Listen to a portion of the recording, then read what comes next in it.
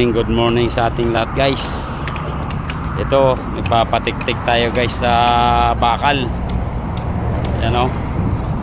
Tiktikin yan, putulan yan guys, mga 3 cm mula sa top ng concrete para lalagyan niya ng epoxy, tabunan ng epoxy nang sa ganon ay yung gulong ng yung mga sasakyan hindi mabutas, nakatago siya sa concrete. Yan, marami yan o. Yan, puputulin natin yan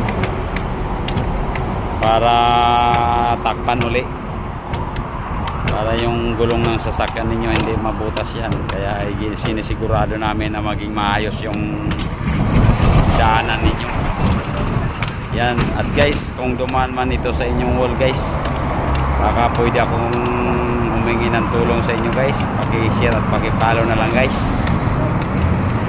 Yan.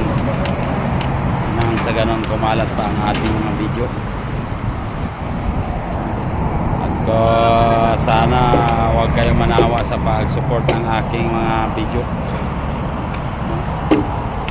Thank you guys, thank you. Maraming salamat sa inyong lahat.